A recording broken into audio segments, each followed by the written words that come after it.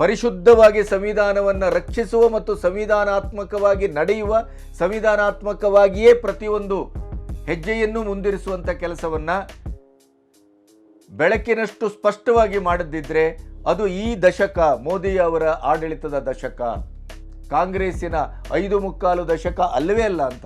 370ಯನ್ನು ರದ್ದುಗೊಳಿಸುವಾಗ ಹಾಗಾದರೆ ಮೋದಿ ಸರ್ಕಾರ ಸಂವಿಧಾನವನ್ನು ಮುಟ್ಲಿಲ್ಲ, ಸಂವಿಧಾನವನ್ನು ಮೀರಲಿಲ್ಲ ಅಂತ ಆಯ್ತಲ್ಲ. ಹಿಂದೂ ಧರ್ಮ ಅಂದರೆ ಏನಂತ ಭಾವಿಸಿದಿರಿ? ಏನು ಬೇಕಾದರೂ ಮಾತಾಡ್ಬೋದು ಅಂತಲ್ಲ? ಏನು ಅಧ್ಯಯನ ಇದೆ? ಇಲ್ಲ ಅನ್ನೋದಕ್ಕೆ ನಿಮ್ಮ ಹತ್ರ ಯಾವುದೋ ಸೈಂಟಿಫಿಕ್ ಆದಂಥ ಕಾರಣ ಇದೆ? ಎಷ್ಟರ ಮಟ್ಟಿಗೆ ನೀವು ನಮ್ಮ ಧರ್ಮವನ್ನು ಮೆಟ್ಟಿ ತುಳಿದು ನಮಗೆ ಅಪಮಾನ ಮಾಡಲಿಕ್ಕೆ ಹೊರಟಿದ್ದೀರಿ? ಅದನ್ನು ಸಂವಿಧಾನದಲ್ಲಿ ನಿಮಗೆ ಹಕ್ಕು ಕೊಟ್ಟಿದ್ದಾರಾ?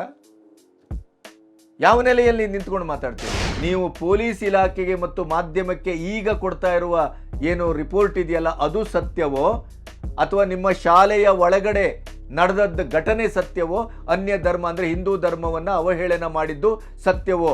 ಇದನ್ನು ನಿಮ್ಮ ಆತ್ಮ ಮುಟ್ಕೊಂಡು ಹೇಳಿ.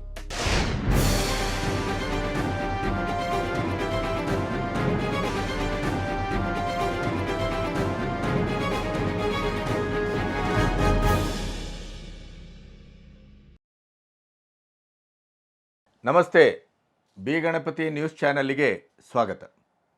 ನಮ್ಮ ನ್ಯೂಸ್ ಚಾನಲ್ಲು ನಿಮಗೆ ಇಷ್ಟ ಆಗಿದೆ ಅಂತ ನಾನು ಭಾವಿಸ್ತೇನೆ. ಯಾಕೆಂತಂದರೆ ನನ್ನ ನಿರೀಕ್ಷೆಯನ್ನು ಮೀರಿ ಸಬ್ಸ್ಕ್ರಿಪ್ಷನ್ನು, ಅದರ ಸಂಖ್ಯೆ ತೀವ್ರಗತಿಯಲ್ಲಿ ಮುಂದುವರಿತಾ ಇದೆ. ಮತ್ತು ನಿಮ್ಮ ಪ್ರತಿಕ್ರಿಯೆಗಳು ಬಹಳ ಅದ್ಭುತವಾಗಿದೆ.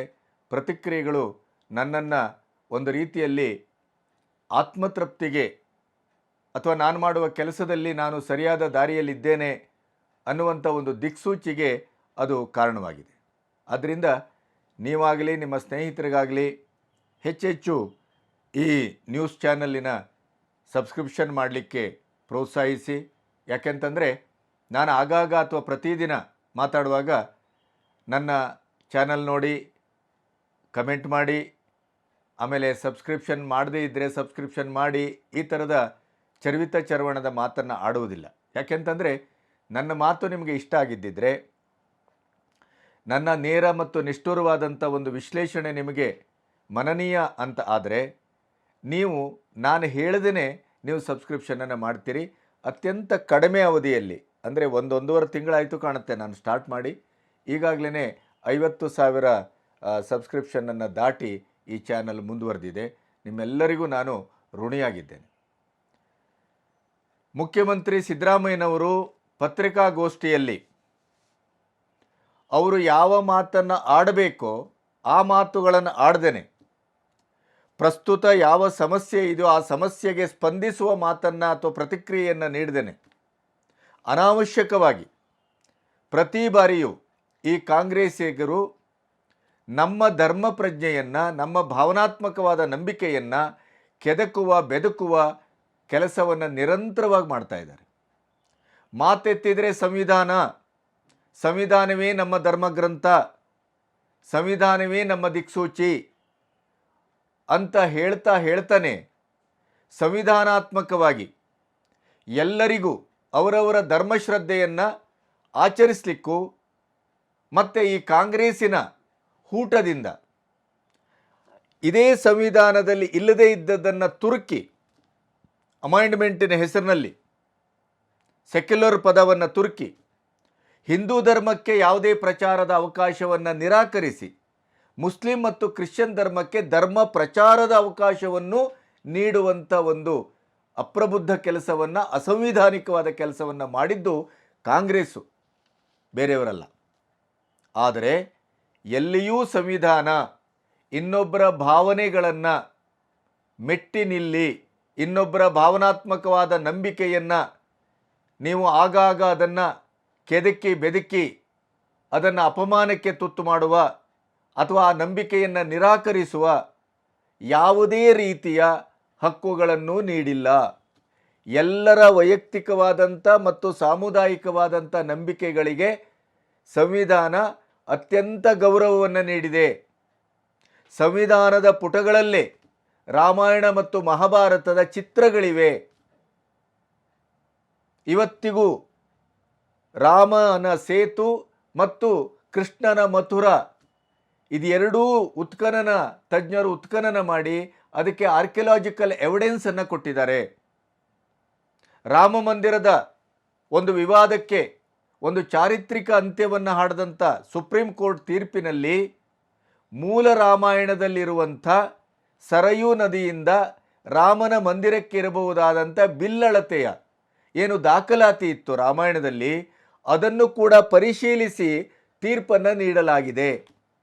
ಆ ತೀರ್ಪನ್ನು ಓದುವುದೇ ಒಂದು ಅದ್ಭುತವಾದಂಥ ಒಂದು ಅಧ್ಯಯನ. ಅದು ಅಷ್ಟು ಕರಾರುವಕ್ಕಾದಂಥ ಆಳವಾದಂಥ ಅಧ್ಯಯನ ರೂಪದಲ್ಲಿ ಬಂದಂಥ ಒಂದು ಮಹಾ ತೀರ್ಪದು. ಅದು ಸಂವಿಧಾನದ ಅಡಿಯಲ್ಲೇ ಬಂದಿದೆ. ಹಾಗಾಗಿ ಯಾವುದೇ ಧರ್ಮಗ್ರಂಥವನ್ನು, ಯಾವುದೇ ಧರ್ಮ ನಂಬಿಕೆಯನ್ನು, ನಮ್ಮ ಭಾವನಾತ್ಮಕವಾದಂಥ ನೆಲೆಗಟ್ಟನ್ನು ಪ್ರಶ್ನಿಸುವ ಮತ್ತು ಅದನ್ನು ನಿರಾಕರಿಸುವ, ಅದನ್ನು ಅವಮಾನ ಮಾಡುವ ಹಕ್ಕು ಅದು ಯಾರಿಗೂ ಇಲ್ಲ ಅಂತ. ಅದು ಪ್ರಧಾನಿ ಆಗಿರ್ಬೋದು, ರಾಷ್ಟ್ರಪತಿ ಆಗಿರ್ಬೋದು, ಮುಖ್ಯಮಂತ್ರಿಗಳಾಗಿರ್ಬೋದು, ಯಾರೇ ಆದರೂ ಕೂಡ ಈ ರೀತಿಯ ಒಂದು ಮಾತನಾಡುವ ಹಕ್ಕು ಸಾಂವಿಧಾನಿಕವಾಗಿ ಯಾರಿಗೂ ಇಲ್ಲ. ಅವರವರ ನಂಬಿಕೆಯ ಅವರವರದ್ದು, ಅದನ್ನು ಪಾರಸ್ಪರಿಕವಾಗಿ ಗೌರವಿಸಬೇಕು, ಇದು ಸಂವಿಧಾನ ಹೇಳಿದ್ದು.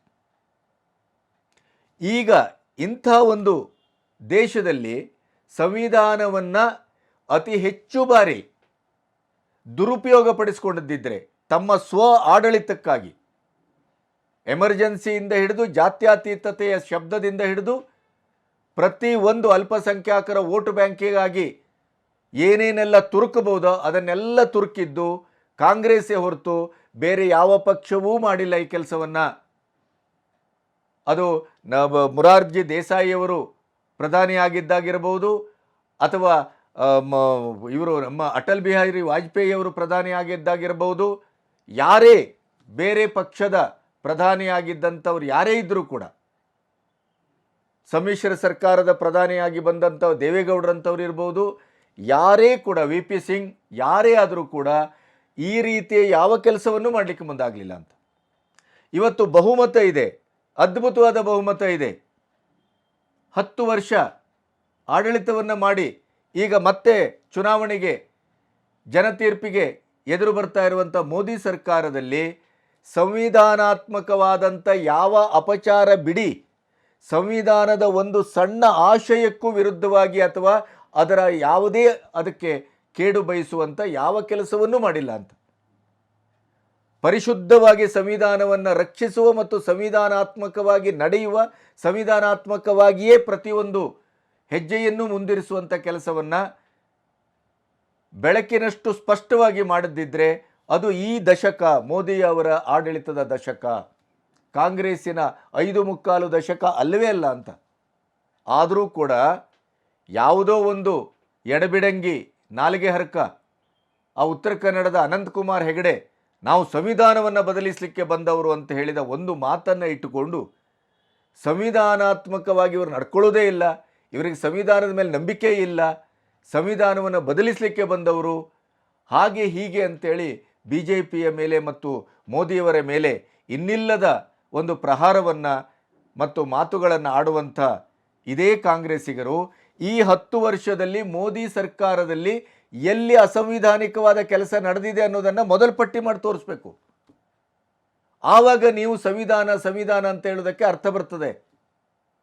ಸಂವಿಧಾನವನ್ನು ನಿಮ್ಮ ಎಲ್ಲ ಕೆಟ್ಟ ಆಡಳಿತಕ್ಕೆ, ನಿಮ್ಮ ಒಂದು ರಕ್ಷಣೆಗೆ, ನಿಮ್ಮ ಒಂದು ಸುಖಕ್ಕೆ, ಸ್ವಾರ್ಥಕ್ಕೆ, ಭ್ರಷ್ಟಾಚಾರಕ್ಕೆ ಸಂವಿಧಾನವನ್ನು 100ಕ್ಕೂ ಹೆಚ್ಚು ಬಾರಿ ತಿದ್ದುಪಡಿ ಮಾಡದಿದ್ದರೆ ಅದು ಕಾಂಗ್ರೆಸ್ಸಿನ ಶ್ರೇಯಸ್ಸು, ಇತಿಹಾಸ. ಬಿಟ್ಟರೆ ಬೇರೆ ಯಾವ ಪಕ್ಷವೂ ಆ ಕೆಲಸವನ್ನು ಮಾಡಲಿಕ್ಕೆ ಮುಂದಾಗಿಲ್ಲ. ಆದರೂ ಕೂಡ ನಾವು ಸಂವಿಧಾನವನ್ನು ನಂಬಿದವರು, ಸಂವಿಧಾನವೇ ನಮ್ಮ ಧರ್ಮಗ್ರಂಥ. ಈ ಬಿ ಜೆ ಪಿಯವರು ಸಂವಿಧಾನವನ್ನು ನಂಬುವುದಿಲ್ಲ, ಸಂವಿಧಾನದ ಮಹತ್ವ ಗೊತ್ತಿದ್ರೂ ಅವರು ನಂಬುವುದಿಲ್ಲ ಅನ್ನುವಂಥ ಮಾತನ್ನು ಪತ್ರಿಕಾಗೋಷ್ಠಿಯಲ್ಲಿ ಮುಖ್ಯಮಂತ್ರಿ ಸಿದ್ದರಾಮಯ್ಯನವರು ಹೇಳ್ತಾರೆ. ಅದರ ಜೊತೆಗೆ ಭಗವದ್ಗೀತೆ ಧರ್ಮಗ್ರಂಥ ಅಲ್ಲ, ನಮ್ಮ ಗ್ರಂಥ ಸಂವಿಧಾನ, ಸಂವಿಧಾನ ನಮ್ಮ ಧರ್ಮವೂ ಹೌದು, ಬದುಕಿನ ದಿಕ್ಸೂಚಿಯೂ ಹೌದು. ಈ ದೇಶದ ಇಡೀದಾದಂಥ ಒಂದು ಪುನರ್ಜನ್ಮದ ಅಥವಾ ಇಡೀದಾದಂಥ ಒಂದು ಅಭಿವೃದ್ಧಿಯ ಮತ್ತು ತಳ ಸಮುದಾಯದಿಂದ ಹಿಡಿದು ಎಲ್ಲರಿಗೂ ನ್ಯಾಯವನ್ನು ಕೊಟ್ಟಂಥ ಒಂದು ನ್ಯಾಯದ ನೆಲೆ ಇದ್ದಿದ್ದರೆ ಅದು ಸಂವಿಧಾನ. ಅದರ ಅರ್ಥ ಭಗವದ್ಗೀತೆ ಧರ್ಮಗ್ರಂಥ ಅಲ್ಲ ಅಂತ. ಯಾರು ನಿಮಗೆ ಹೇಳಿದ್ರು ಅದನ್ನು? ಭಗವದ್ಗೀತೆ ಧರ್ಮಗ್ರಂಥ ಅಲ್ಲ ಅಂತ ನಿಮಗೆ ಯಾರು ಹೇಳಿದರು? ಭಗವದ್ಗೀತೆ ಧರ್ಮಗ್ರಂಥವೂ ಹೌದು, ಅದು ಜೀವನದ ಅಮೂಲ್ಯವಾದಂಥ ದಿಕ್ಸೂಚಿಯ ಗ್ರಂಥವೂ ಹೌದು. ಅಷ್ಟೇ ಅಲ್ಲ, ಭಗವದ್ಗೀತೆಗೆ ಇರುವ 106 ಮುಖಗಳಿದೆಯಲ್ಲ, ಅದನ್ನು ಒಂದು ಕ್ಷಣವಾದರೂ ನೀವು ನೋಡುವ ಪ್ರಯತ್ನ ಮಾಡಿದ್ದೀರಾ? ಇದೇ ರಾಮಾಯಣ ಸುಳ್ಳು ಅಂದ್ರಿ, ಇದೇ ಮಹಾಭಾರತ ಸುಳ್ಳು ಅಂದ್ರಿ, ರಾಮ ಕಾಲ್ಪನಿಕ ಅಂತಂದ್ರಿ. ಆದರೆ ನಮ್ಮ ಸುಪ್ರೀಂ ಕೋರ್ಟ್ ಯಾವ ಆಧಾರದ ಮೇಲೆ? ರಾಮಾಯಣದ ಮೂಲ ಗ್ರಂಥದ ಆಧಾರದ ಮೇಲೇ ತೀರ್ಪು ಕೊಟ್ಟದ್ದು. ರಾಮಸೇತು ಇವತ್ತು ಆರ್ಕಿಯಾಲಜಿಕಲ್ ಎವಿಡೆನ್ಸ್ ಇದೆ. ರಾಮಸೇತುಗೆ ರಾಮ ಎಲ್ಲೆಲ್ಲಿ ಹೋಗಿದ್ದಾನೆ ಅನ್ನೋದಕ್ಕೆ ಆರ್ಕಿಯಾಲಜಿಕಲ್ ಎವಿಡೆನ್ಸ್ ಇದೆ. ಕೃಷ್ಣ ಮಥುರೆಯಲ್ಲಿ ಬದುಕಿದ್ದ ಅನ್ನೋದಕ್ಕೆ, ದ್ವಾರಕೆಯಲ್ಲಿ ಬದುಕಿದ್ದ ಅನ್ನೋದಕ್ಕೆ ಆರ್ಕಿಯಾಲಜಿಕಲ್ ಎವಿಡೆನ್ಸ್ ಇದೆ. ಭಗವದ್ಗೀತೆಯನ್ನು ಅಷ್ಟು ಸಲೀಸಾಗಿ ಮಾತಾಡ್ತಿರಲ್ಲ, ಭಗವದ್ಗೀತೆಯ ಎಷ್ಟು ಅಧ್ಯಾಯವನ್ನು ಓದಿದ್ದೀರಿ? ಇವತ್ತು ಮಧ್ಯಪ್ರಾಚ್ಯದಲ್ಲಿ ಮುಸ್ಲಿಂ ರಾಷ್ಟ್ರಗಳಲ್ಲಿ ಭಗವದ್ಗೀತೆಯನ್ನು ಮ್ಯಾನೇಜ್ಮೆಂಟ್ ಸ್ಕೂಲಲ್ಲಿ ಪಠ್ಯವಾಗಿಸಿದ್ದಾರೆ. ಲಕ್ಷಾಂತರ ಪ್ರತಿಗಳನ್ನು ಮಾಡಿ ಅದನ್ನು ಪ್ರಿಂಟ್ ಮಾಡಿ ಮನೆಗೆ ಮಕ್ಕಳ ಮನಸ್ಸಿಗೆ ಮುಟ್ಟಿಸುವ ಕೆಲಸವನ್ನು ಮಾಡ್ತಾ ಇದ್ದಾರೆ. ನಮಗೆ ಹಿತ್ತಲಗಿಡ ಮದ್ದಲ್ಲ, ಅದು ಧರ್ಮಗ್ರಂಥ ಅಲ್ಲ ಅನ್ನೋದಕ್ಕೆ ನೀವು ಯಾರು? ನೀವೆಷ್ಟು ಅಧ್ಯಯನ ಮಾಡಿದ್ದೀರಿ? ನೀವೆಷ್ಟು PhD ತಗೊಂಡಿದ್ದೀರಿ ಅದರ ಮೇಲೆ? ಭಗವದ್ಗೀತೆಯ ಎಷ್ಟು ಶ್ಲೋಕಗಳನ್ನು ಓದಿದ್ದೀರಿ? ಮತ್ತು ಭಗವದ್ಗೀತೆ ನಿಮಗೆ ಎಷ್ಟು ಗೊತ್ತು? ಇದೇ ಗಾಯತ್ರಿ ಮಂತ್ರ ಪಠನೆ, ಅದರ ಇಡೀ ಶಕ್ತಿ ಸಂಚಯವನ್ನು ವೈಜ್ಞಾನಿಕವಾಗಿ ಸಂಶೋಧನೆ ಮಾಡಿದ್ದು ನಾವಲ್ಲ, ವೆಸ್ಟಿನವರು, ಪಾಶ್ಚಿಮಾತ್ಯ ದೇಶದಲ್ಲಿ ಅದರ ಸಂಶೋಧನೆ ಆಗಿದೆ. ನಮ್ಮ ಪ್ರತಿಯೊಂದು ನಂಬಿಕೆಯ ಮೇಲೆ ಇವತ್ತು ಸಂಶೋಧನೆ ಆಗಿದೆ. ನಮ್ಮ ದೇಶದಲ್ಲಿ ಬಿಡಿ, ಬೇರೆ ದೇಶದಲ್ಲಿ ಮ್ಯಾನೇಜ್ಮೆಂಟ್ ಸ್ಕೂಲ್ಗಳಲ್ಲಿ ಇವತ್ತು ಭಗವದ್ಗೀತೆಯನ್ನು ಪಠ್ಯವಾಗಿ ಸ್ವೀಕರಿಸಲಾಗಿದೆ. ಭಗವದ್ಗೀತೆ ಅನ್ನೋದೊಂದು ಜೀವನದ ಸಿದ್ಧಾಂತ, ಜೀವನದ ಕೈಪಿಡಿ. ಅಷ್ಟು ವರ್ಷಗಳ ಹಿಂದೆ ಅದು ಅಲ್ಲಿ ರಚನೆಯಾದದ್ದಾದರೂ ಕೂಡ ಇವತ್ತಿನ ವರ್ತಮಾನದ ಬದುಕಿಗೆ ಅದು ಬೆಳಕನ್ನು ತೋರಿಸುವ ಗ್ರಂಥ. ಅದರ ಒಂದೊಂದು ಶ್ಲೋಕವು ನಿಮಗೆ 1000 ಅರ್ಥಗಳನ್ನು ಸ್ಫುರಿಸ್ತದೆ. ಅದು ನಮ್ಮ ನಂಬಿಕೆ, ಅದು ನಮ್ಮ ಸನಾತನ ನಂಬಿಕೆ, ಹಿಂದೂ ಧರ್ಮದ ನಂಬಿಕೆ. ನಮ್ಮ ನಂಬಿಕೆಯನ್ನು ಪ್ರಶ್ನಿಸಲಿಕ್ಕೆ ಹೂ ಆರ್ ಯು? ನೀವು ಯಾರು? ಇದೇ ಸಿದ್ದರಾಮಯ್ಯನವರೇ, ನಿಮಗೊಂದು ಪ್ರಶ್ನೆ ಕೇಳಬೇಕು ನಾನು. BJPಯವರು ಸಂವಿಧಾನವನ್ನು ನಂಬುವುದಿಲ್ಲ,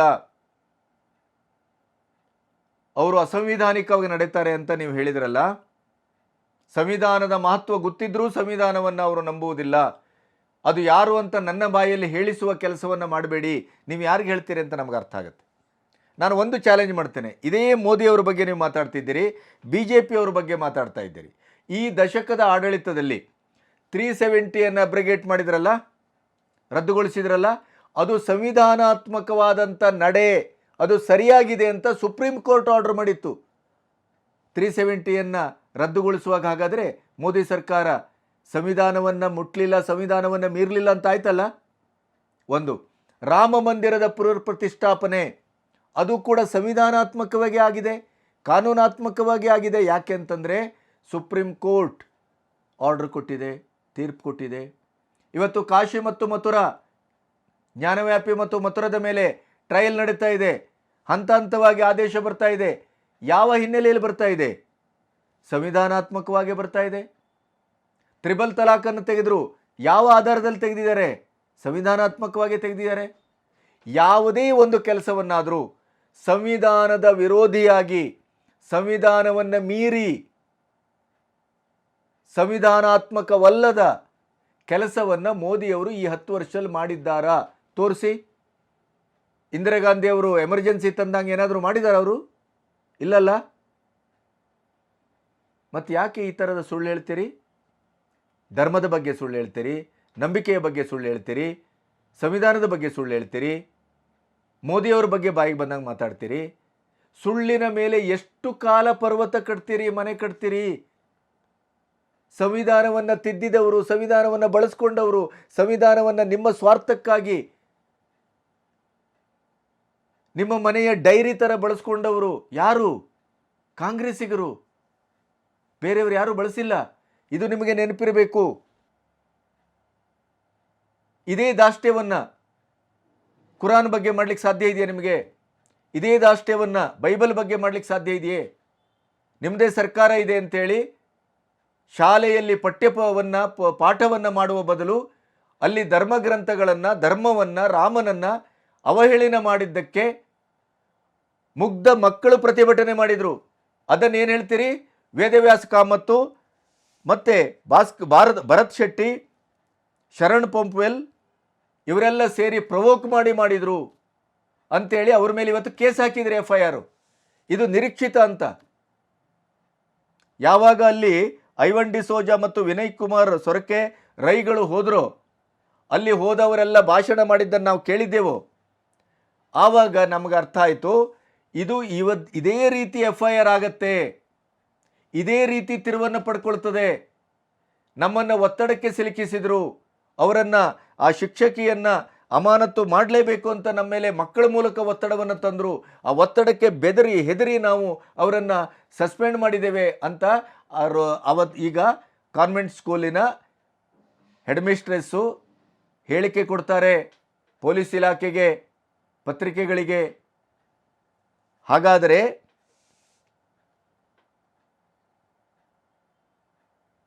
ಜೆರೋಸಾ ಸ್ಕೂಲಿನಲ್ಲಿ ನಡೆದಂಥ ಘಟನೆ, ವರ್ಕ್ ಈಸ್ ವರ್ಷಿಪ್ ಅನ್ನುವ ಟ್ಯಾಗೋರರ ಪಾಠವನ್ನು ಮಾಡುವಾಗ ಮತ್ತು 5-6 ವರ್ಷಗಳಿಂದ ಇದು ನಡೀತಾ ಬಂದಿದೆ ನಿರಂತರವಾಗಿ ಅಂತ ಮಕ್ಕಳ ಮಾತನ್ನು ಕೇಳಿ ಒಂದು ವಿಡಿಯೋ ನೋಡಿ ನೀವು. ಆ ಮಕ್ಕಳಲ್ಲಿ ಎಂಥ ಆಕ್ರೋಶ ಇದೆ, ಎಂಥ ನೋವಿದೆ. ನಮ್ಮ ನಾಗಾರಾಧನೆಯ ಬಗ್ಗೆ ಮಾತಾಡ್ತಾರೆ, ನಮ್ಮ ಗಣಪನ ಬಗ್ಗೆ ಮಾತಾಡ್ತಾರೆ. ನಿಮ್ಮ ಕಲ್ಲಿನಲ್ಲಿ ಏನಿದೆ ಅಂತ ಕೇಳ್ತಾರೆ. ಆ ಕಲ್ಲಿನಲ್ಲಿ ಪ್ರತಿಷ್ಠಾಪನೆ ಮಾಡಿದ್ರಲ್ಲ ಅಯೋಧ್ಯೆಯಲ್ಲಿ, ಅಲ್ಲಿ ರಾಮ ಬಂದು ಕೂತ್ಕೊಳ್ತಾನೆ ಅಂತ ಕೇಳ್ತಾರೆ. ಇದನ್ನೆಲ್ಲ ಮಕ್ಕಳೇ ಹೇಳ್ತಾರೆ ಅಂತ ಆದರೆ, ಆ ಮಕ್ಕಳು ಭಾವೋದ್ವೇಗದಿಂದ ಹೇಳ್ತಾರೆ ಅಂತ ಆದರೆ, ಇದು ಯಾರು ಪ್ರವೋಕ್ ಮಾಡ್ಲಿಕ್ಕೆ ಸಾಧ್ಯ? ಪಾಲಕರಿಗೇನು ಬೇರೆ ಕೆಲಸ ಇಲ್ಲ ಅಂತ ಭಾವಿಸಿದ್ರೆ ಇಷ್ಟು ವರ್ಷ ಯಾಕೆ ಬರಲಿಲ್ಲ ಅವರು? ಇದೇ ಯೇಸು ಕ್ರಿಸ್ತನ ಬಗ್ಗೆ, ಬೈಬಲಿನ ಬಗ್ಗೆ ಏನಾದರೂ ಬೇರೆ ಯಾವುದಾದ್ರು ಒಂದು ಸ್ಕೂಲ್ನಲ್ಲಿ ಒಂದು ಸಣ್ಣ ಮಾತಾಡಿದ್ದಿದ್ರೆ ಇದೇ ಕಾಂಗ್ರೆಸ್ಸಿಗರು ಮತ್ತು ಕ್ರಿಶ್ಚಿಯನ್ ಸಮುದಾಯ ಸುಮ್ಮನುಳಿತಿತ್ತೇನೋ? ನಿಮ್ಮ ಸರ್ಕಾರ ಇದೆ, ನಿಮ್ಮ ಅಧಿಕಾರ ಇದೆ, ನಿಮ್ಮ ಪೊಲೀಸ್ ಇದೆ ಅನ್ನೋ ಕಾರಣಕ್ಕಾಗಿ ಇವತ್ತು ನೀವು ಈ 3 ಜನರ ಮೇಲೆ ಕೇಸ್ ಹಾಕ್ತೀರಿ, FIR ಹಾಕ್ತೀರಿ. ನಿರೀಕ್ಷಿತ ಅಂತ ಅದು. ಆದರೆ ಆತ್ಮ ಮುಟ್ಕೊಂಡು ಹೇಳಬೇಕು, ಇದೇ ರೊಸಾರಿಯೋ, ಇದೇ ಜೆರೋಸಾ ಕಾನ್ವೆಂಟ್ ಸ್ಕೂಲಿನ ಆಡಳಿತ ಮಂಡಳಿ ಮತ್ತು ಹೆಡ್ ಮಿಸ್ಟ್ರೆಸ್ಸು, ಆ ಶಿಕ್ಷಕಿ, ಇವರೆಲ್ಲರೂ ಯೇಸು ಕ್ರಿಸ್ತನ ಮೇಲೆ ನಂಬಿಕೆ ಇಟ್ಟು, ಅವರ ಧರ್ಮಗ್ರಂಥದ ಮೇಲೆ ಕೈ ಇಟ್ಟು ಮತ್ತು ಅವರ ಆತ್ಮದ ಮೇಲೆ ನಂಬಿಕೆ ಇಟ್ಟು ಅವರು ಈ ಮಾತನ್ನು ಆಡಬೇಕು. ಮಕ್ಕಳ ಬಾಯಲ್ಲಿ ಸುಳ್ಳು ಹೇಳಿಸಲಾಗಿದೆ, ಹಿಂದೂ ಧರ್ಮದ ಯಾವುದೇ ಅವಹೇಳನ ನಡೆದಿಲ್ಲ, ನಮ್ಮಲ್ಲಿ ಅಂಥ ಘಟನೆ ನಡೆಯುವುದೂ ಇಲ್ಲ. ಎಲ್ಲ ಹಿಂದೂ ಕಾರ್ಯಕರ್ತರು ಮತ್ತು ಶಾಸಕರು, ವಿಶ್ವ ಹಿಂದೂ ಪರಿಷತ್ತಿನವರು, ಪಾಲಕರು ಎಲ್ಲ ಸೇರಿ ಬಂದು ಅಲ್ಲಿ ದಾಂಧಲೆ ಮಾಡಿ ನಮ್ಮ ಮೇಲೆ ಒತ್ತಡ ತಂದು ನಾವು ಮಾಡದೇ ಇದ್ದಂಥ ತಪ್ಪಿಗೆ ನಮ್ಮನ್ನು ತಪ್ಪಿತಸ್ಥರನ್ನಾಗಿ ಮಾಡಿದ್ದಾರೆ ಅಂತೇಳಿ ಅವರು ಪ್ರಮಾಣ ಮಾಡಲಿ ನೋಡೋಣ.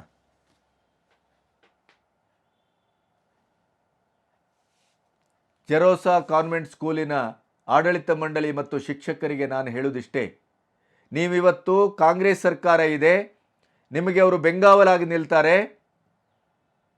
ಆದ್ದರಿಂದ ನೀವು ಇವತ್ತು ಕೇಸ್ ಮಾಡಲಿಕ್ಕೆ ಹೊರಟಿದ್ದೀರಿ. ಮತ್ತೆ ಸಸ್ಪೆಂಡ್ ಆದ ಶಿಕ್ಷಕಿಯನ್ನು ಮತ್ತು ನೀವು ಬಹುಶಃ ವಾಪಸ್ ತಗೊಳ್ಳಿಕ್ಕೂ ಸಾಧ್ಯತೆ ಇದೆ. ನಿಮಗೆ ಕಾಂಗ್ರೆಸ್ಸಿನ ಇಡೀ ರಾಜಕೀಯ ಶಕ್ತಿಯ ಬೆಂಗಾವಲಿದೆ. ಆದ್ದರಿಂದ ನೀವು ಸುಳ್ಳನ್ನು ಹೇಳ್ತಾ ಇದ್ದೀರಿ. ಚರ್ಚಿನಲ್ಲಿ ಫಾದರ್ ಬಂದು ಕೂತ್ಕೊಳ್ತಾರೆ, ಅಲ್ಲೊಂದು ತಡೆ ಇರುತ್ತೆ, ಅವರಿಗೆ ಕಿವಿ ಆನಿಸಿ ಜೀವನದಲ್ಲಿ ನಾವು ಮಾಡಿದ ಅಪರಾಧಗಳನ್ನು, ತಪ್ಪುಗಳನ್ನು ಅಲ್ಲಿ ಅರಿಕೆ ಮಾಡಿ ಅಲ್ಲಿ ನಾವು ಕ್ಷಮೆ ಕೇಳುವಂಥ ಒಂದು ಕೆಲಸ ಇದೆಯಲ್ಲ, ನಾನು ಇದನ್ನು ಗಮನಿಸಿದ್ದೇನೆ. ಅದರ ಅರ್ಥ ಏನು ಅಂದರೆ, ಗೊತ್ತಿದ್ದೋ ಗೊತ್ತಿಲ್ಲದೆಯೋ ಯೇಸು ಕ್ರಿಸ್ತ ಶಿಲುಬೆಗೆ ಏರಿದಾಗ ಹೇಳಿದ ಮಾತೇನು? ಓ ನನ್ನ ತಂದೆ ದೇವರೇ, ಇವರು ಅರಿವಿಲ್ಲದೆ ಮಾಡಿದ ಈ ತಪ್ಪಿಗೆ ಅವರನ್ನು ಕ್ಷಮಿಸು ಅಂತ ಅಲ್ವಾ? ಅಂದರೆ ಗೊತ್ತಿದ್ದೋ ಗೊತ್ತಿಲ್ಲದೆಯೋ ಅವರು ತಪ್ಪು ಮಾಡ್ತಾ ಇದ್ದಾರೆ, ಅದರ ತಪ್ಪನ್ನು ಕ್ಷಮಿಸು. ಕ್ಷಮಾಗುಣ ಕ್ರಿಶ್ಚಿಯನ್ ಧರ್ಮದ ಮೂಲ ಆತ್ಮದ ಸಂವೇದನೆ ತಾನೇ. ಮತ್ತೆ ಯಾರು ಸುಳ್ಳನ್ನು ಹೇಳಬಾರದು ಅಂತ ಯೇಸು ಕ್ರಿಸ್ತರೇ ಹೇಳಿದ್ದು ತಾನೇ. ಒಮ್ಮೆ ಸುಳ್ಳು ಅಥವಾ ಅಸತ್ಯ ಅಥವಾ ಅಧರ್ಮದ ಕೆಲಸ, ಕೆಟ್ಟ ಕೆಲಸ ಮಾಡಿದ್ದಾದರೆ ಅಲ್ಲಿ ಹೋಗಿ ಏನು ಮಾಡಬೇಕು? ಪ್ರಾಯಶ್ಚಿತ್ತವನ್ನು ಮಾಡ್ಕೋಬೇಕಲ್ಲಿ ಫಾದರ್ ಹತ್ರ ಹೇಳಿ. ಅದೇ ತಾನೇ ಅದು ತಪ್ಪೊಪ್ಪಿಗೆ. ಇಂಥ ಒಂದು ಧರ್ಮದ ಹಿನ್ನೆಲೆಯಿಂದ ಬಂದವರು, ಶಾಲಾ ಶಿಕ್ಷಕರು ಅನ್ಯ ಧರ್ಮವನ್ನು ಅವಹೇಳನ ಮಾಡಿದ್ದಷ್ಟೇ ಅಲ್ಲದೆ ಮಕ್ಕಳ ಮನಸ್ಸನ್ನು ಕೆಡಿಸಿದ್ದಷ್ಟೇ ಅಲ್ಲದೆ ಆ ಮುಗ್ಧ ಮಕ್ಕಳು ಬಂದು ಅಂಥ ವೀರಾವೇಶದಲ್ಲಿ ಮುಗ್ಧರಾಗಿ ಹತ್ತುಕೊಂಡು ಶಾಲೆಯ ಎದುರು ಹೇಳ್ತಾ ಇದ್ದಾರೆ ಮಾಧ್ಯಮಕ್ಕೆ. ಅವ್ರಿಗೆ ಯಾರಾದರೂ ಕಂಠಪಾಠ ಮಾಡಿಕೊಟ್ಟಿದ್ದಾರಾ? ಬರ್ಕೊಟ್ಟಿದ್ದಾರಾ? ಆ ಮಕ್ಕಳು ಮಾತಾಡೋದನ್ನು ಕೇಳಿ, ಪಾಲಕರು ಮಾತಾಡೋದನ್ನು ಕೇಳಿ. ನಿಮ್ಮ ಶಾಲೆ ಮೇಲೆ ಅಷ್ಟು ನಂಬಿಕೆ ಇಟ್ಟು ಕಳಿಸಿದ್ದದ್ದು, ಆ ನಂಬಿಕೆಗೆ ನೀವು ದ್ರೋಹ ಮಾಡಿದ್ದೀರಿ ಅನ್ನೋ ಕಾರಣಕ್ಕಾಗಿ ಇವತ್ತು ಕಾನೂನಿನ ಮೂಲಕ ನಾಳೆ ನೀವೇ ಗೆಲ್ಲಬಹುದು. ಯಾಕಂದರೆ ಇಡೀ ವ್ಯವಸ್ಥೆ ನಿಮ್ಮ ಪರವಾಗಿದೆ. ವಿಶ್ವ ಹಿಂದೂ ಪರಿಷತ್ತಿನ ಮೇಲೆ, BJPಯ ಮೇಲೆ, ಇವರ ಮೇಲೆ FIR ಹಾಕದವ್ರ ಮೇಲೆ ನೀವು ಸಂಪೂರ್ಣವಾಗಿ ಕಾನೂನಿನ ದಂಡವನ್ನು ಬಳಸಬಹುದು. ಆದರೆ ಶಾಲಾ ಆಡಳಿತ ಮಂಡಳಿ ಮತ್ತು ಹೆಡ್ ಮಿಸ್ಟ್ರೆಸ್ಸು ಮತ್ತು ಅಲ್ಲಿ ಕೆಲಸ ಮಾಡುವ ಎಲ್ಲ ಶಿಕ್ಷಕರು ಮತ್ತು ಸಿಸ್ಟರ್ಸು, ಬೈಬಲಿನ ಮೇಲೆ ನಂಬಿಕೆ ಇದ್ದವರು, ಕ್ರಿಶ್ಚಿಯನ್ ಧರ್ಮದ ಮೇಲೆ ನಂಬಿಕೆ ಇದ್ದವರು, ಯೇಸು ಕ್ರಿಸ್ತರ ಮೇಲೆ ನಂಬಿಕೆ ಇದ್ದವರು ಆತ್ಮ ಮುಟ್ಟುಕೊಂಡು ಹೇಳಬೇಕು. ನೀವು ಪೊಲೀಸ್ ಇಲಾಖೆಗೆ ಮತ್ತು ಮಾಧ್ಯಮಕ್ಕೆ ಈಗ ಕೊಡ್ತಾ ಇರುವ ಏನು ರಿಪೋರ್ಟ್ ಇದೆಯಲ್ಲ ಅದು ಸತ್ಯವೋ, ಅಥವಾ ನಿಮ್ಮ ಶಾಲೆಯ ಒಳಗಡೆ ನಡೆದದ್ದು ಘಟನೆ ಸತ್ಯವೋ, ಅನ್ಯ ಧರ್ಮ ಅಂದರೆ ಹಿಂದೂ ಧರ್ಮವನ್ನು ಅವಹೇಳನ ಮಾಡಿದ್ದು ಸತ್ಯವೋ, ಇದನ್ನು ನಿಮ್ಮ ಆತ್ಮ ಮುಟ್ಕೊಂಡು ಹೇಳಿ. ಮಕ್ಕಳಿಗೆ ಮೋಸ ಮಾಡ್ತಾ ಇದ್ದೀರಿ, ಮಕ್ಕಳ ಮನಸ್ಸನ್ನು ನೀವು ದ್ರೋಹ ಮಾಡ್ತಾ ಇದ್ದೀರಿ. ಅವರಿಗೆ ಕಳಪೆಯ ಆದಂಥ ಒಂದು ಸಂಗತಿಯನ್ನು ತುಂಬುವ ಮೂಲಕ ಅವರನ್ನು ಅತಂತ್ರಗೊಳಿಸ್ತಾ ಇದ್ದೀರಿ. ಅವರು ನಂಬಿದ ನಂಬಿಕೆಯ ಮೇಲೆ ನೀವು ಪ್ರಹಾರ ಮಾಡ್ತಾ ಇದ್ದೀರಿ, ಮತಾಂತರದ ಕೆಲಸವನ್ನು ಮಾಡ್ತಾ ಇದ್ದೀರಿ. ಇಷ್ಟಾಗಿಯೂ ರಾಜಕೀಯ ಲಾಭ, ರಾಜಕೀಯ ಒಂದು ಷಡ್ಯಂತ್ರ ಮಾಡಿ ನಾವು ಗೆದ್ದು ಬಿಡ್ಬೋದು ಅಂತ ನೀವು ಹೊರಟಿದ್ದರೆ ಅದು ಸ್ವತಃ ನಿಮ್ಮ ಧರ್ಮಕ್ಕೆ ನೀವೇ ದ್ರೋಹ ಮಾಡಿಕೊಂಡ ಹಾಗೆ, ನೀವೇ ಅಪಚಾರ ಮಾಡಿದ ಹಾಗೆ. ಈ ಅಪಚಾರವನ್ನು ನೀವು ಕಾನೂನಿನ ಮೂಲಕ ಏನೇ ಬೇಕಾದ್ರೂ ಮಾಡಬಹುದು. ಆದರೆ ಆತ್ಮದ್ರೋಹ ಇದೆಯಲ್ಲ, ಅದರಿಂದ ಬರಬಹುದಾದಂಥ ಶಿಕ್ಷೆ ಮಾನಸಿಕವಾದದ್ದು, ಅದನ್ನು ಹೇಗೆ ತಪ್ಪಿಸ್ಕೊಳ್ತೀರಿ? ಇದು ಧರ್ಮ ದ್ರೋಹ ಅಲ್ವಾ? ಇದು ಧರ್ಮ ಪ್ರಜ್ಞೆಯ? ಇದು ಇಂಥ ಸಂದರ್ಭದಲ್ಲಿ ಮಂಗಳೂರಿನಲ್ಲಿ ಒಂದು ಕಾಂಗ್ರೆಸ್ಸಿನ ಮಹಾ ಅಧಿವೇಶನದ ರೀತಿಯಲ್ಲಿ ಅಲ್ಲಿ ಏನು ಸಮಾವೇಶ ನಡೀತಾ ಇದೆ, ಆ ಸಮಾವೇಶದ ಸಂದರ್ಭದಲ್ಲಿ ಅಲ್ಲಿಯ ಅಲ್ಪಸಂಖ್ಯಾತ ಕ್ರಿಶ್ಚಿಯನ್ ಸಮುದಾಯವನ್ನು ಓಲೈಸುವ ಕಾರಣಕ್ಕಾಗಿ ಕಾಂಗ್ರೆಸ್ ಅಲ್ಲಿ ಸ್ಥಳೀಯರು ಮತ್ತು ಇಲ್ಲಿಯ ರಾಜ್ಯದ ಅಧಿಕಾರದ ದಂಡವನ್ನು ಒಟ್ಟಿಗೆ ಸೇರಿಸಿ ಮಕ್ಕಳ ಧಾರ್ಮಿಕ ಪ್ರಜ್ಞೆಯ ಮೇಲೆ ಆದಂಥ ಅನಾಚಾರವನ್ನು ಕೂಡ ಸಮರ್ಥಿಸುವಂಥ ಕೆಲಸವನ್ನು, ಕಾನೂನು ದಂಡವನ್ನು ಪ್ರಯೋಗಿಸಿ BJP ಮೇಲೆ, ವಿಶ್ವ ಹಿಂದೂ ಪರಿಷತ್ತಿನ ಮೇಲೆ, ಪಾಲಕರ ಮೇಲೆ, ಮಕ್ಕಳ ಮೇಲೆ ಅಪರಾಧದ ಛಾಯೆಯನ್ನು ಹೊರಿಸ್ತಾ ಇದ್ದೀರಿ. ಇದು ಎಷ್ಟರ ಮಟ್ಟಿಗೆ ಸಾಧು ಅನ್ನೋದನ್ನು ನಿಜವಾಗಿಯೂ ಬೇರೆ ಯಾರಾದರೂ ರಾಜಕಾರಣಿಗಳು ರಾಜಕಾರಣ ಮಾಡಲಿ, ಆದರೆ ಜೆರೋಸಾ ಕಾನ್ವೆಂಟ್ ಸ್ಕೂಲಿನ ಆಡಳಿತ ಮಂಡಳಿ ಮತ್ತು ಶಿಕ್ಷಕ ವರ್ಗ ಆತ್ಮ ಮುಟ್ಟಿಕೊಂಡು ಇದನ್ನು ಪ್ರಶ್ನಿಸ್ಕೊಳ್ಬೇಕು. ಕಾನೂನು ಗೀನೂನು ಎಲ್ಲ ಬಿಟ್ಬಿಡಿ, ರಾಜಕೀಯ ಎಲ್ಲವನ್ನು ಬಿಟ್ಬಿಡಿ. ಆದರೆ ಮಕ್ಕಳ ಮನಸ್ಸನ್ನು ಕೆಡಿಸುವ ಕೆಲಸವನ್ನು ನಿಮ್ಮ ಶಾಲೆಯಲ್ಲಿ ಆಗಿದೆಯೋ ಇಲ್ಲವೋ ಅನ್ನೋದನ್ನು ನೀವು ಅರ್ಥ ಮಾಡ್ಕೋಬೇಕು. ಇಂಥ ಒಂದು ದುಸ್ಥಿತಿ, ಇಂಥ ಒಂದು ರಾಜಕೀಯವಾಗಿ ಇದನ್ನು ಎದುರಿಸುವ ಒಂದು ಪ್ರಕ್ರಿಯೆ ಒಂದು ಧಾರ್ಮಿಕ ನೆಲೆಯಲ್ಲಿ ರೂಪುಗೊಂಡಂಥ ಶಿಕ್ಷಣ ಸಂಸ್ಥೆಗೆ ಬರಬಾರ್ದು. ಅದರಲ್ಲೂ ಕ್ರಿಶ್ಚಿಯನ್ ಸಮುದಾಯ ಇದನ್ನು ಮಾಡಬಾರ್ದು. ಯಾಕೆಂತಂದರೆ ಒಂದು ಸತ್ಯಮೇವ ಜಯತೆ ಅನ್ನುವ ರೀತಿಯಲ್ಲಿ ಸತ್ಯವನ್ನೇ ನುಡಿತೇವೆ, ಸತ್ಯವನ್ನೇ ಬದುಕ್ತೇವೆ, ಎಲ್ಲಾದರೂ ನಮಗೆ ಗೊತ್ತಿದ್ದೋ ಗೊತ್ತಿಲ್ಲದೆಯೋ ತಪ್ಪು ಮಾಡಿದರೂ ಕೂಡ ನಾವು ಅದನ್ನು ಪ್ರಾಯಶ್ಚಿತ್ತ ಮಾಡ್ಕೊಳ್ತೇವೆ ಅನ್ನುವಂಥ ಒಂದು ಧಾರ್ಮಿಕ ಹಿನ್ನೆಲೆ ಇದ್ದವರು ಮಕ್ಕಳ ವಿಚಾರದಲ್ಲಿ, ಮಕ್ಕಳ ಮನಸ್ಸಿನಲ್ಲಿ ಧಾರ್ಮಿಕ ಒಂದು ಮತಾಂತರದ ಪ್ರಜ್ಞೆಯನ್ನು ತುಂಬುವ, ಇನ್ನೊಂದು ಧರ್ಮವನ್ನು ಅವಹೇಳನ ಮಾಡುವಂಥ ಕೆಲಸ ಮಾಡಿದಂಥ ಶಿಕ್ಷಕಿಗೆ ಬೆಂಗಾವಲಾಗಿ ನಿಂತು ಅದನ್ನು ಸಮರ್ಥಿಸುವುದಿದೆಯಲ್ಲ, ಇದು ಅಕ್ಷಮ್ಯ ಅಪರಾಧ. ಸಿದ್ದರಾಮಯ್ಯನವರು ಇನ್ನೊಂದು ಮಾತನ್ನು ಹೇಳ್ತಾರೆ, ಇದು ಒಂದೇ ಜನ್ಮ ಗಟ್ಟಿ, ಪುನರ್ಜನ್ಮ ಇಲ್ಲ, ಪುನರ್ಜನ್ಮ ಎಲ್ಲ ಸುಳ್ಳು, ಹಿಂದೂ ಜನ್ಮ ಇಲ್ಲ, ಮುಂದೂ ಜನ್ಮ ಇಲ್ಲ. ಹೇಗೆ ಹೇಳ್ತೀರಿ ನೀವು? ರೀಇನ್ಕಾರ್ನೇಷನ್ ಬಗ್ಗೆ, ಇಡೀ ವಿಶ್ವದಲ್ಲಿ ಆದ ಅಧ್ಯಯನದ ಬಗ್ಗೆ ನಿಮಗೆ ಪರಿವೆ ಇದೆಯೇನು? ದ ಸೋಲ್ಸ್ ಜರ್ನಿ ಬರೆದವರು ಭಾರತೀಯರಲ್ಲ. ತನ್ನ ತಮ್ಮ ಮಿಲಿಟರಿಯಲ್ಲಿದ್ದವನು, ಅಲ್ಲಿ ಗುಂಡಿನ ದಾಳಿಗೆ ಬಲಿಯಾಗಿ ಹೋದವನು, ಅವನು ನನಗೆ ಹೇಳದೆ ಹೇಗೆ ಹೋದ, ನಾವು ಅಷ್ಟು ಅನ್ಯೋನ್ಯವಾದವರು ಅಂತ ಹೇಳಿದಾಗ ಅಲ್ಲಿ ಅವನಿಗೆ ಆಹಾರವನ್ನು ಬಿಟ್ಟು ತಿಂಗಳಗಟ್ಟಲೆ ಮಲಗಿದಂಥವನಿಗೆ ಒಂದು ಜ್ಞಾನೋದಯದ ಪ್ರಜ್ಞೆಯಾಗಿ ಅವನು ಪ್ರಯಾಣವನ್ನು ಮಾಡ್ತಾನೆ. ಆ ಸೋಲ್ಸ್ ಜರ್ನಿ ಅದು ಸತ್ಯಕಥನದ ಪುಸ್ತಕ, ಇಂಗ್ಲೀಷಲ್ಲಿದೆ. ಇದೇ ರೀಇನ್ಕಾರ್ನೇಷನ್ ಬಗ್ಗೆ ಅದ್ಭುತವಾದಂಥ ಅಧ್ಯಯನ ಆಗಿದೆ. ನಾವು ಜನ್ಮವನ್ನು ನಂಬ್ತೇವೆ, ಪುನರ್ಜನ್ಮವನ್ನು ನಂಬ್ತೇವೆ, ನಿಮ್ಮ ಗಂಟೇನು ಹೋಗುತ್ತೆ? ನೀವು ಪ್ರಶ್ನಿಸ್ಲಿಕ್ಕೆ ಯಾರು? ಇವತ್ತು ಇದೇ ಕ್ರಿಶ್ಚಿಯನ್ರಲ್ಲಿ ಮತ್ತು ಮುಸ್ಲಿಮರಲ್ಲಿ ಭಾಳಷ್ಟು ಬೇರೆ ಬೇರೆ ನಂಬಿಕೆಗಳಿದೆ. ಅವರು ಮಕ್ಕಕ್ಕೆ ಯಾಕೆ ಹೋಗ್ತೀರಿ ಅಂತ ಕೇಳುವ ಧೈರ್ಯ ಇದೆ ನಿಮಗೆ? ಗೌರ್ಮೆಂಟ್ ದುಡ್ಡು ಕೊಟ್ಟು ಕಳಿಸ್ತೀರಲ್ಲ. ನಮ್ಮ ಧರ್ಮದ ಪ್ರಜ್ಞೆಯನ್ನು, ನಮ್ಮ ನಂಬಿಕೆಯನ್ನು ಪ್ರಶ್ನಿಸಲಿಕ್ಕೆ ನೀವು ಯಾರು? ನೀವು ಯಾಕೆ ಪ್ರಶ್ನಿಸಬೇಕು? ರಾಮನನ್ನು ಪ್ರಶ್ನಿಸ್ತೀರಿ, ಕೃಷ್ಣನನ್ನು ಪ್ರಶ್ನಿಸ್ತೀರಿ, ಭಗವದ್ಗೀತೆಯನ್ನು ಪ್ರಶ್ನಿಸ್ತೀರಿ, ನಮ್ಮ ಶ್ರದ್ಧೆ, ನಮ್ಮ ನಂಬಿಕೆಯನ್ನು ಪ್ರಶ್ನಿಸ್ತೀರಿ. ಯಾರು ನೀವು? ನಿಮಗೆ ಯಾರು ಹಕ್ಕು ಕೊಟ್ಟವರು? ನಿಮಗೆ ದಮ್ಮಿದ್ರೆ, ತಾಕತ್ತಿದ್ರೆ ಅವರನ್ನು ಪ್ರಶ್ನಿಸಿ ನೋಡಿ. ಯಾಕೆ 5 ದಿನಕ್ಕೆ 5 ಬಾರಿ ನಮಾಜ್ ಮಾಡ್ತೀರಿ ಅಂತ ಕೇಳಿ.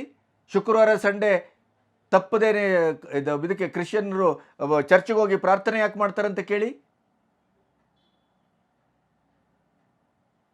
ಆ ಧೈರ್ಯ ಇದೆಯಾ? ಹಿಂದೂ ಧರ್ಮ ಅಂದರೆ ಏನಂತ ಭಾವಿಸಿದಿರಿ? ಏನು ಬೇಕಾದರೂ ಮಾತಾಡ್ಬೋದು ಅಂತಲಾ? ಏನು ಅಧ್ಯಯನ ಇದೆ? ಇಲ್ಲ ಅನ್ನೋದಕ್ಕೆ ನಿಮ್ಮ ಹತ್ರ ಯಾವುದೋ ಸೈಂಟಿಫಿಕ್ ಆದಂಥ ಕಾರಣ ಇದೆ? ಇದೆ ಅನ್ನೋದಕ್ಕೆ ನಮ್ಮ ಹತ್ರ ಕಾರಣ ಇದೆ, ನಮ್ಮ ಹತ್ರ ರುಜುವಾತಿದೆ. ಕಿರ್ಲಿಯನ್ ಫೋಟೋಗ್ರಫಿ ಅಂತ ಕೇಳಿದಿರಾ? ಕಿರ್ಲಿಯನ್ ಫೋಟೋಗ್ರಫಿಯಲ್ಲಿ ಆತ್ಮದ ಪ್ರಯಾಣವನ್ನು ದಾಖಲಿಸಲಾಗಿದೆ. ಓದಿ, ಎನ್ಸೈಕ್ಲೋಪೀಡಿಯಾ ಅದರಲ್ಲಿ ಎಲ್ಲ ಸಿಗುತ್ತೆ. ಯಾವುದು ಕಣ್ಕಡ್ದಂದೇ ಇಲ್ಲ ಇಲ್ಲಿ. ಪ್ರಾಯಶಃ ಪುನರ್ಜನ್ಮ ಇಲ್ಲ, ಹಿಂದೂ ಇಲ್ಲ, ಮುಂದೂ ಇಲ್ಲ. ಅದಕ್ಕಾಗಿ ಈ ಜನ್ಮದಲ್ಲಿ ಮಾಡ್ಕೊಂಡಷ್ಟು ಬಂತು, ಈ ಜನ್ಮದಲ್ಲಿ ಭ್ರಷ್ಟಾಚಾರ ಮಾಡಿದಷ್ಟು ಬಂತು, ಈ ಜನ್ಮದಲ್ಲಿ ಮಜಾ ಮಾಡಿದಷ್ಟು ಬಂತು. ಅದಕ್ಕಾಗಿಯೇ ಕಾಂಗ್ರೆಸ್ಸಿನ ಇಡೀ ತತ್ವ ಸಿದ್ಧಾಂತ ಏನು? ಭ್ರಷ್ಟಾಚಾರ ಮಾಡು, ಮಜಾ ಮಾಡು, ಜನರ ಹಣವನ್ನು ಇದನ್ನು ಹೇಗೆ ಬೇಕೋ ಹಾಗೆ ಉಡಾಯಿಸು, ನಿಮ್ಮ ಕುಟುಂಬದ ತಲೆಮಾರುಗಳಿಗೆ ದುಡ್ಡನ್ನು, ಆಸ್ತಿಯನ್ನು ಕಟ್ಟಿಡು. ಇದೇ ಸಿದ್ಧಾಂತ ತಾನೇ? ಅದಕ್ಕಾಗಿ ನಿಮಗೆ ಪುನರ್ಜನ್ಮದ ಬಗ್ಗೆ ಅವರ್ಷನ್ನು. ಯಾಕಂದರೆ ಈ ಜನ್ಮದಲ್ಲಿ ಮಾಡಬೇಕಲ್ಲ. ಪುನರ್ಜನ್ಮದ ಬಗ್ಗೆ, ಕರ್ಮ ಸಿದ್ಧಾಂತದ ಬಗ್ಗೆ, ಪಾಪ ಪುಣ್ಯದ ಬಗ್ಗೆ ಏನಾದರೂ ನಿಮಗೆ ಗೊಡವೆ ಇದ್ದರೆ ನೀವು ಅದನ್ನೆಲ್ಲ ಮಾಡಲಿಕ್ಕಾಗೋದಿಲ್ಲ. ಅದಕ್ಕಾಗಿ ಅದನ್ನೆಲ್ಲ ಬಿಟ್ಟು ಇದು ಒಂದೇ ಭೂಮಿ, ಇದು ಒಂದೇ ಜನ್ಮ, ಉಡಾಯಿಸು. ಯಾರಪ್ಪಂದು ಆಸ್ತಿ, ಯಾರ್ದೋ ದುಡ್ಡು, ಎಲ್ಲಮ್ಮನ ಜಾತ್ರೆ ಮಾಡಿ. ಇದೇ ತಾನೇ ತಾವು ಹೇಳ್ತಾ ಇರೋದು. ನಮ್ಮ ಕರ್ಮ ಸಿದ್ಧಾಂತ, ನಮ್ಮ ಪುನರ್ಜನ್ಮದ ಸಿದ್ಧಾಂತ, ನಮ್ಮ ಭಗವದ್ಗೀತೆ, ನಮ್ಮ ರಾಮಾಯಣ ನಿಮಗೆ ಏನಪ್ಪ ತೊಂದರೆ ಕೊಡ್ತು? ಹಣೆ ಬರಹ ಸುಳ್ಳು, ಕರ್ಮ ಸಿದ್ಧಾಂತ ಸುಳ್ಳು. ನಾವು ನಂಬ್ತೇವೆ, ನಾವು ಅದನ್ನು ಯೋಚನೆ ಮಾಡ್ತೇವೆ. ನೀವು ಯಾಕೆ ಹೋಗ್ತೀರಿ ದೇವಸ್ಥಾನಕ್ಕೆ? ನೀವು ಯಾಕೆ ಹೋಗ್ತೀರಿ ಜ್ಯೋತಿಷ್ಯ ಕೇಳಲಿಕ್ಕೆ? ಎಲೆಕ್ಷನ್ ಬಂದರೆ ಹರಕೆ ಹೊರಲಿಕ್ಕೆ ಹೋಗ್ತಿರಲ್ಲ, ಕೊನೆಗೆ ತೀರಿಸಿದ್ರಲ್ಲ ಚಾಮುಂಡಿ ಬೆಟ್ಟದಲ್ಲಿ. ವೈ? ಯಾಕೆ? ನಾನು ರಾಮ ಭಕ್ತ, ನನ್ನ ಹೆಸರಲ್ಲೇ ರಾಮ ಇದೆ ಯಾಕೆ ಹೇಳ್ತೀರಿ? ಘೋಷಿಸಿ, ನಾನು ನಾಸ್ತಿಕ, ನಾನು ಯಾವ ಧರ್ಮವನ್ನು ನಂಬುವುದಿಲ್ಲ ಅಂಥೇಳಿ. ಮುಸ್ಲಿಮರ ಧರ್ಮವನ್ನು ನಂಬ್ತೀರಿ, ಟೊಪ್ಪಿ ಹಾಕ್ಕೊಳ್ತೀರಿ. ನಮ್ಮ ಧರ್ಮ ಏನು ಮಾಡಿದೆ ನಿಮಗೆ? ನಮ್ಮ ಕಂದಾಚಾರ ಏನು ಮಾಡಿದೆ? ನಾವು ನಂಬ್ತೇವೆ 110 ಕೋಟಿ ಜನ. ನೀವು ಯಾರು ಕೇಳಲಿಕ್ಕೆ? ನೀವು ನಂಬದೇ ಇದ್ದರೆ ನಂಬೇಡಿ. ಒಬ್ಬ ಮುಖ್ಯಮಂತ್ರಿಯಾಗಿ ನೀವು ಸರ್ವಧರ್ಮ ಸಮನ್ವಯತೆಯನ್ನು ಸಾಧಿಸುವವರು, ಸರ್ವಧರ್ಮದ ಶಾಂತಿಯ ತೋಟ ಅಂತ ನಿಮ್ಮ ಬಾಯಲ್ಲೇ ಬರುತ್ತೆ. ಆದರೆ ಹಿಂದೂ ಧರ್ಮವನ್ನೇ ಯಾಕೆ ಅವಹೇಳನ ಮಾಡ್ತೀರಿ? ಮಾಡೋದಿದ್ರೆ 3 ಧರ್ಮದ ಗೊಡ್ಡು ನಂಬಿಕೆಗಳನ್ನು, 3 ಧರ್ಮದ ಅಪನಂಬಿಕೆಗಳನ್ನು, ಅಸಡ್ಡೆಗಳನ್ನು, ಮೂಢನಂಬಿಕೆಗಳನ್ನು ತೆಗೆದು ಮಾತಾಡಿ. ಆ 2 ಧರ್ಮಕ್ಕೆ ಪ್ರಾಶಸ್ತ್ಯ ಕೊಡ್ತೀರಿ. ನಿಮಗೆ ಗೋಧಾಮಕ್ಕೆ ಕೊಡಲಿಕ್ಕೆ ದುಡ್ಡಿಲ್ಲ ನಿಮ್ಮ ಬಜೆಟಲ್ಲಿ. ಅದೇ ಹಜ್ ಭವನ ಕಟ್ಟಲಿಕ್ಕೆ ದುಡ್ಡು ಕೊಡ್ತೀರಿ. ಅದರಿಂದ ಏನು ಸಾಧಿಸ್ತೀರಿ?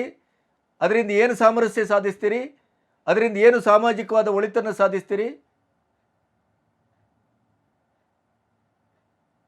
ಎಷ್ಟರ ಮಟ್ಟಿಗೆ ನೀವು ನಮ್ಮ ಧರ್ಮವನ್ನು ಮೆಟ್ಟಿ ತುಳಿದು ನಮಗೆ ಅಪಮಾನ ಮಾಡಲಿಕ್ಕೆ ಹೊರಟಿದ್ದೀರಿ?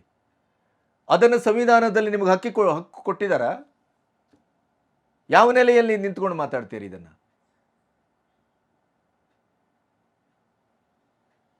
ಇದಕ್ಕೆ, ಈ ಪಾಪಕ್ಕೆ ಪ್ರಾಯಶ್ಚಿತ್ತ ಆಗೇ ಆಗತ್ತೆ, ನೋ ಡೌಟ್. ಜನ ಕಣ್ಮುಚ್ಕೊಂಡು ಕೂತ್ಕೊಂಡಿಲ್ಲ. ಜನರ ಶ್ರದ್ಧೆ, ಜನರ ನಂಬಿಕೆ ಲಕ್ಷಾಂತರ ವರ್ಷಗಳಿಂದ ಬಂದಿದೆ. ಅದೇನಾದರೂ ಸುಳ್ಳಾಗಿದ್ರೆ, ಅದೊಂದು ಕಟ್ಟುಕತೆಯಾಗಿದ್ದಿದ್ರೆ ರಾಮನ ಬಗ್ಗೆ ಇಂಥ ಒಂದು ನಂಬಿಕೆ, ಕೃಷ್ಣನ ಬಗ್ಗೆ ಇಂಥ ಒಂದು ನಂಬಿಕೆ ಇರ್ತಿರ್ಲಿಲ್ಲ. ನಲಂದ ತಕ್ಷಶಿಲಾದಲ್ಲಿ ಇದೇ ಮಹಮ್ಮದೀಯ ಸುಲ್ತಾನರುಗಳು 3-4 ತಿಂಗಳ ಬೆಂಕಿ ಹಾಕಿ ನಮ್ಮ ಅಮೂಲ್ಯ ಗ್ರಂಥಗಳನ್ನು ಸುಟ್ಟರು. ಆದರೆ ಇಲ್ಲಿದ್ದ ಗ್ರಂಥವನ್ನು ಸುಡ್ಲಿಕ್ಕಾಗಿಲ್ಲ. ಇಡೀ ಪ್ರಪಂಚದ 7 ನಾಗರಿಕತೆಗಳೇ ನಾಶ ಆಗಿ ಹೋದವು, ಧರ್ಮಾಂತರ ಆಗಿ ಹೋದವು. ಈ ದೇಶದ ಧರ್ಮವನ್ನು ಮುಟ್ಲಿಕ್ಕಾಗಿಲ್ಲ. ಬ್ರಿಟಿಷರಿಗಾಗಲಿ, ಡಚ್ಚರಿಗಾಗಲಿ, ಪೋರ್ಚುಗೀಸರಿಗಾಗಲಿ, ಅಲೆಕ್ಸಾಂಡ್ರಿಗಾಗಲಿ, ಯಾರಿಗೂ ಆಗಲಿಲ್ಲ. ಅಲೆಕ್ಸಾಂಡ್ರು ವಿಶ್ವನಾಯಕ ಅಂತಾರೆ. ನಮ್ಮ ಬುಡಕಟ್ಟು ಜನಾಂಗದ ಒಂದು ತುಂಡರಸರನ್ನು ಗೆಲ್ಲಿಕ್ಕಾಗದೇನೆ ವಾಪಸ್ ಹೋದ ಹೇಳಿ. ಆ ಇತಿಹಾಸ ಮುಚ್ಚಿಟ್ರಿ ನೀವು ಕಾಂಗ್ರೆಸ್ಸಿಗರು. ಹಾಗಾಗಿ ನಮ್ಮ ಧರ್ಮಶ್ರದ್ಧೆ ಬಗ್ಗೆ, ನಮ್ಮ ನಂಬಿಕೆಯ ಬಗ್ಗೆ ಮಾತಾಡೋದನ್ನು ನಿಲ್ಲಿಸಿ. ಇದು ಸಂವಿಧಾನಾತ್ಮಕವಾಗಿಯೂ ಸರಿಯಲ್ಲ, ಜನತಂತ್ರ ವ್ಯವಸ್ಥೆಯೂ ಸರಿಯಲ್ಲ. ನಿಮ್ಮ ದೇಶ ಸರ್ವಧರ್ಮದ ಶಾಂತಿಯ ತೋಟ ಅಂತ ನೀವು ಹೇಳಿದ್ದು, ಒಂದು ಕಣ್ಣಿಗೆ ಬೆಣ್ಣೆ, ಒಂದು ಕಣ್ಣಿಗೆ ಸುಣ್ಣ ಮಾಡ್ತಾ ಇದ್ದೀರಿ. ನೀವು ಹಿಂದೂ ಧರ್ಮವನ್ನು ನಿಂತಲ್ಲಿ ಕುಂತಲ್ಲಿ ಅವಹೇಳನ ಮಾಡ್ತಾ ಇದ್ದೀರಿ. ಇದು ಸರಿಯಾದ ಕ್ರಮವೇ ಅಲ್ಲ. ಇದು ಕಾನೂನಿನ ಮೂಲಕವೂ ಕೂಡ ಅಪರಾಧ. ಇದು ನೆನಪಿಡಿ. ಮತ್ತು ಜನಾಕ್ರೋಶ ಇದೆಯಲ್ಲ, ಜನರ ನಂಬಿಕೆಯನ್ನು, ಜನರ ಭಾವನಾತ್ಮಕವಾದಂಥ ನೆಲೆಯನ್ನು ನೀವು ಮುಟ್ಲಿಕ್ಕೆ ಬರ್ತೀರಿ ಅಂತಾದರೆ ಅದಕ್ಕೆ ಇವತ್ತಲ್ಲ ನಾಳೆ ಅದಕ್ಕೆ ಯಾವ ರೀತಿಯ ಶಾಸ್ತಿ ಆಗಬೇಕೋ, ಯಾವ ರೀತಿಯ ಪ್ರತಿಕ್ರಿಯೆ ಬರಬೇಕೋ, ಯಾವ ರೀತಿಯ ಅದಕ್ಕೆ ಒಂದು ಪ್ರತಿರೋಧ ವ್ಯಕ್ತ ಆಗುತ್ತೆ ಅನ್ನೋದನ್ನು ಕಾದು ನೋಡಿ, ಗೊತ್ತಾಗತ್ತೆ. ನಮಸ್ತೆ.